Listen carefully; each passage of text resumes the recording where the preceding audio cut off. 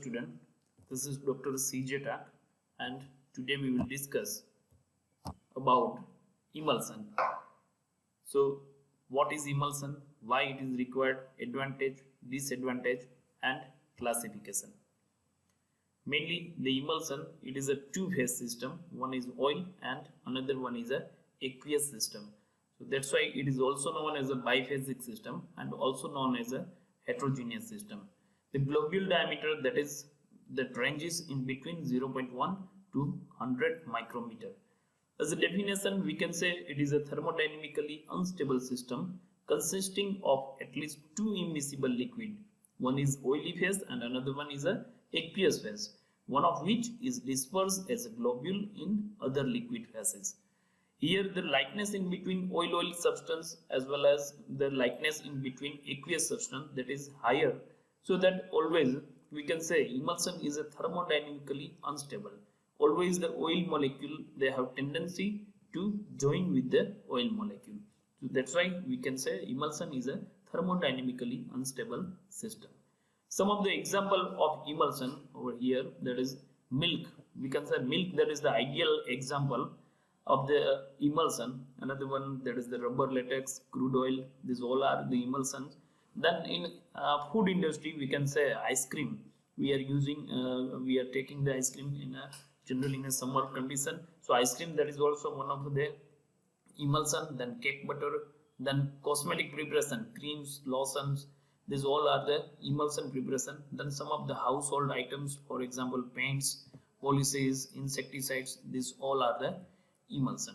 Now the advantage of emulsion, mainly it masks the unpleasant taste. Some of the API, that is they have the bitter taste.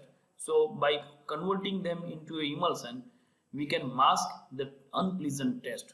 So especially in case of pediatric dose, we can give such a product in emulsion form. Then we can say it is economical. See, some API, they are not easily soluble with the aqueous vehicle. So for that, it is very difficult to prepare them in a tablet or some other dosage forms. So we can convert them into the emulsion, especially lipid soluble drug. We can convert them into emulsion, and by that we can say it is economical as compared to the other formulation. Then it can improve the bioavailability.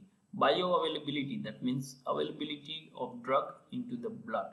By converting any API into the emulsion, we are improving the bioavailability of particular product, because due to the less size of globule, we can increase it.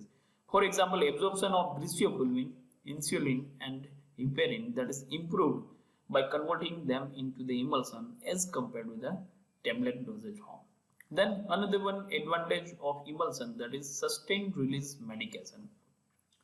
Here we are converting the emulsion as a depot formulation, and we can give via intramuscular injection to the particular site, and it will act as a depot in a muscle, and from there the product will be released slowly. So in case of sustained release medication also, there is a huge use of emulsion.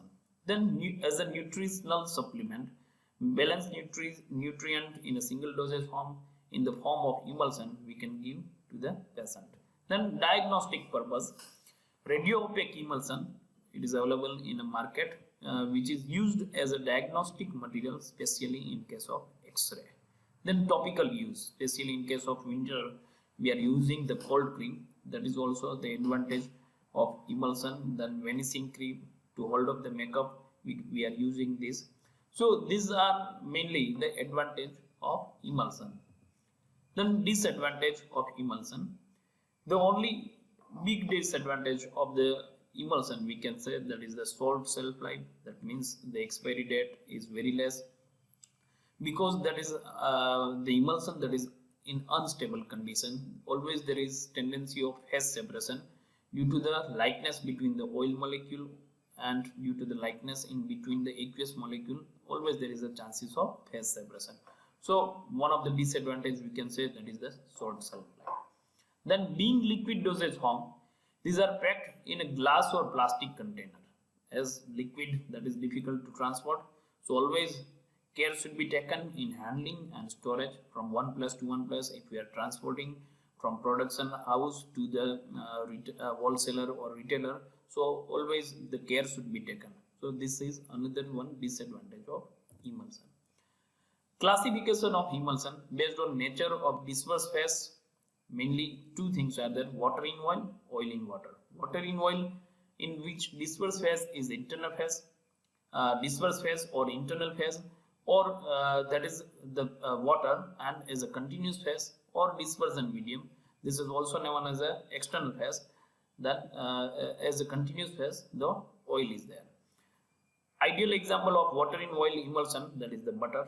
Then oil in water emulsion as a disperse phase, or we can say internal phase, there is a oil, and as a continuous phase or dispersion medium or external phase, we can say that is water.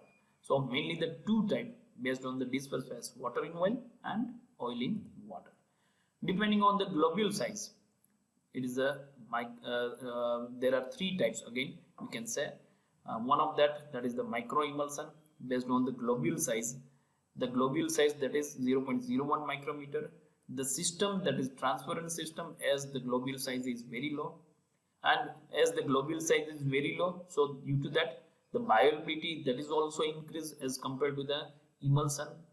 The example, ideal example, that is etoposide and methotrexate in micro emulsion, that is available in the market. Then another one type, that is the fine emulsion.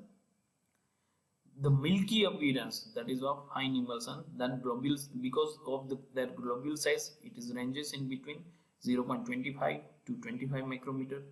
Then third one, that is the multiple emulsion. This is also known as an emulsion within the emulsion. Water in water or oil in water in oil. So this is all about what is emulsion, why it is important, advantage, disadvantage, and different types of the emulsion. Thank you.